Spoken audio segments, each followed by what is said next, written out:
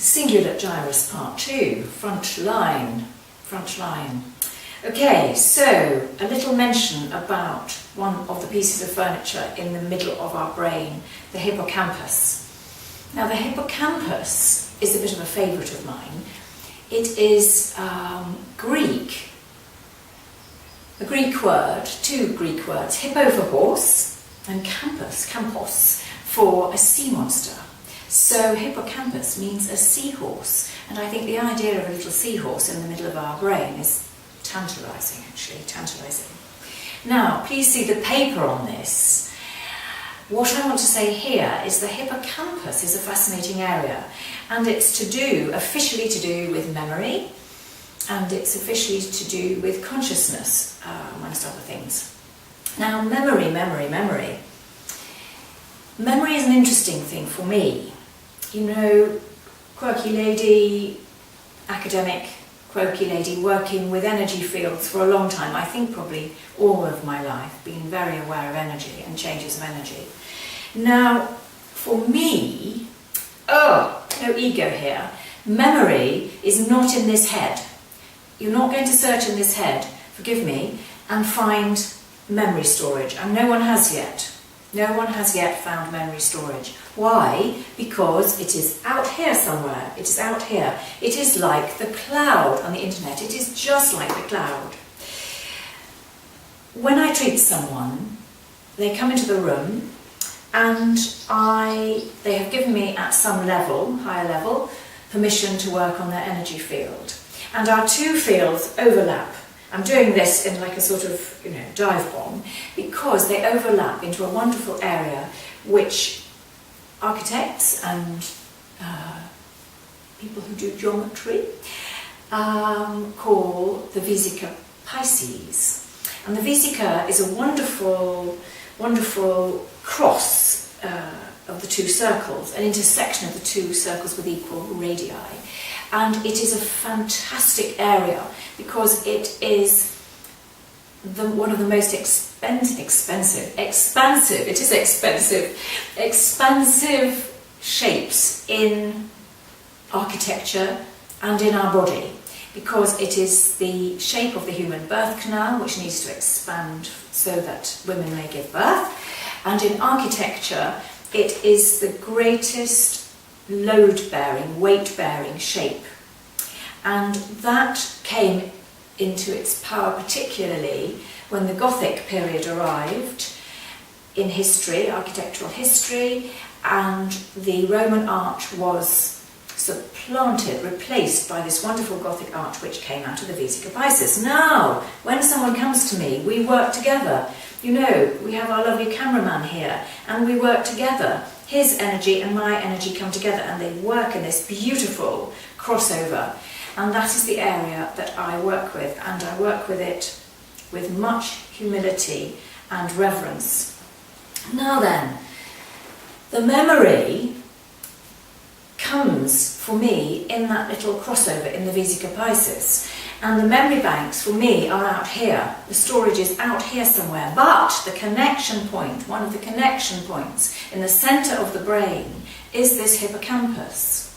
Now it is very interesting because I have recently come across, not personally yet, but I hope so, Professor Richard Morris, who has talked a lot about his water maze. More about that in the paper, please read it, and of place cells. And he cites most wonderfully O'Keefe and Nadal, who in the 70s wrote a book that said our body knows place. It doesn't know place, I daren't use the word intuitively, but that they say the body knows place independently of sensory perception. And Professor Richard Morris, who is somebody I would embrace, because he says the brain is changing all the time. It's not like a computer, it is changing all the time, and that's what we're saying on this website, the brain is changing. Now then, O'Keefe and Nadal said that the place cells in the hippocampus tell the body where it is. So even if you go back to an old house that you lived in as a little person, when you get there, even if the house is virtually unrecognisable, your body will recognise, it will know in itself, dans sa peau, as the French would say. It knows in its skin that it's there, and it doesn't know through sight, hearing, taste or smell, all those lovely things that Proust spoke about wonderfully when he wrote in À la recherche du temps perdu. So you don't need your Madeleine dipped in your tea at your house, your body knows. Now that is what I work with. And let me reassure you that when I understand, with the person's permission, the energy field that they work with, we do go into the edge of memory. We don't delve in a sort of post-Freudian or Freudian way into the gut, into the centre here, and look at the pain. Sorry, no offence to Professor Freud, but we just go to the edge of the memory, and that's enough for me to deal with it for the person, and then they find their healing, their recovering from the trauma, the abuse, the whatever it is that's not so nice. They find it very much easier, and it will be gone. Now, the thing that's important for me is that I think that the mechanism for memory is in the hippocampus. The mechanism for memory is in the hippocampus. So, you know, out here the thought wave like a cartoon bubble, and in here, join, the hippocampus going, cling, I am connecting you. Now, of course, you can say, well, she's just spouting. This woman is spouting. I don't think so. Because in the hippocampus there are theta waves. Theta waves are fantastic. We work with theta waves. They're very close to gamma waves, which house unconditional love. Now then, theta waves, 6 to 9 and a bit hertz, have the same frequency as the earth energy, as Schumann outlines in his resonances.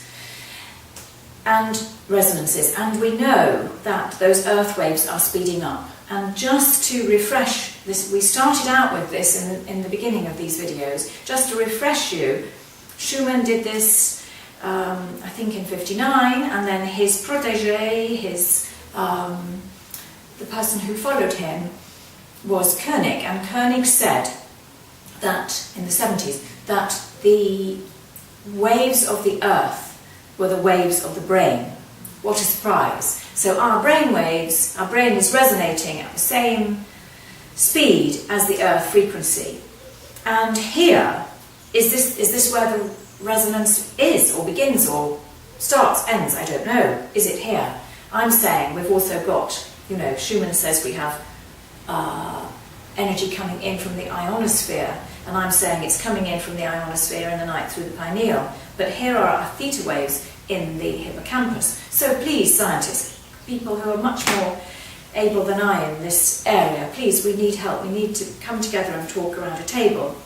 Now, the interesting thing for me is that the theta is obviously, for me, it's grounding the energy, and it's the mechanism, it is the mechanism for connecting with the memory banks. So I would really like it if, and I just want to mention, Neil Cherry, who said, we mentioned him earlier in the very beginning, he said that the brain needs the earth energy, it needs earth energy to work, to resonate. So we're putting that with the theta, the ionospheric energy coming in the night through the pineal, and we're asking the science people please to come to the table and help us. Thank you.